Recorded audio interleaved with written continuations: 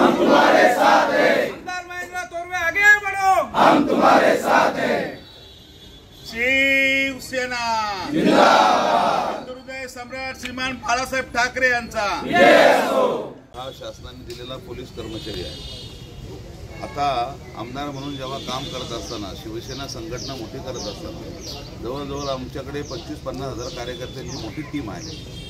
त्यामध्ये शिवसैनिक असतील, ग्रामपंचायतीमधले पदाधिकारी असतील, शहरातले पदाधिकारी असतील आणि जास्तीत जास्त आमदारांच्या कामावरती, विकासावरती फिदा होत अनेक तरुण आज आपण जर बघतोय तर शिवसेनेमध्ये प्रवेश करत आहेत। आणि मग अशा परिस्थितीमध्ये ती क्लिप व्हायरल करायची आणि क्लिप व्हायरल करून त्या ठिकाणी आमदारांचं नाव घ्यायचं, आमदारांचा अंगरक्षक असं संबोधित करायचं आणि त्या दृष्टिकोनातून ह्या मतदारसंघामध्ये आमदार साहेबांनी 2000 कोटीच्या वरती या ठिकाणी विकास निधी आणल्याच्या नंतर विरोधकांकडे अशा खोट्या बातम्या, अफवा पसरवणे, टीका टिप्पणी करणे याच्या पलीकडे त्यांच्याकडे कुठलं काम उरलेलं नाही।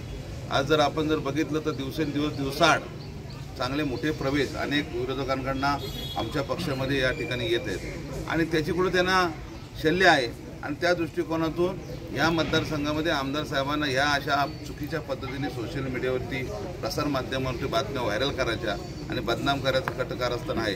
परंतु मला असं वाटतं, मला कालच आता कोणतरी बोललं की जो बिचारा ज्याला मार लागलेला आहे त्याने सुद्धा सांगितलं की ह्या घटनेशी आमदारांचा कुठल्याही प्रकारचा संबंध नाही आहे, आमदारांचा जो बॉडीगार्ड नाही आहे, हा झालेला वाद आहे, आमच्या आपसातला वाद आहे आणि त्या दृष्टिकोनातून त्यांनी या ठिकाणी बाईटही दिलेली आहे। परंतु सोशल मीडियावरती व्हायरल करायचं आणि त्या दृष्टिकोनातून आमदारांना बदनाम करायचं, यापुढे अशा पद्धतीचं कृत्य जो कोण करेल शिवसेना त्याला जशाच तसं उत्तर दिल्याशिवाय राहणार नाही। आणि आज म्हणून ह्या मतदारसंघामध्ये असणारं खोपोली, खालापूर, माथेरान, नेरळ आणि कर्जत या सगळ्या पोलीस स्टेशनला सकाळी 11 वाजता त्या भागातले संपूर्ण शिवसेनेचे पदाधिकारी, महिला आघाडी, युवा सेना सगळे पदाधिकारी त्या ठिकाणी 11 वाजता आता या ठिकाणी निवेदन आम्ही तर दिलेलं आहे, इकडे सुद्धा ते निवेदन देत आहेत आणि त्याच्यामध्ये अधीक्षक साहेबांना, SP साहेबांना आम्ही त्या ठिकाणी निवेदनामध्ये म्हटलेलं आहे की या पाठीमागे जो कोण सुरुवातीचा आमदारांचं नाव जोडून जी व्हिडिओ व्हायरल केली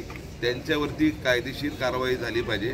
कुणीही असा प्रकार पुढे करू नये अशी आमची भूमिका आहे आणि जर या बाबतीमध्ये याचा शोध घेऊन व्हायरल करणाऱ्याचं, आमदारांचं नाव जोडणाऱ्याचा शोध घेऊन जर त्याच्यावर कारवाई जर झाली नाही तर मग पुढे 8 दिवसामध्ये शिवसेना आंदोलन उभं करेल।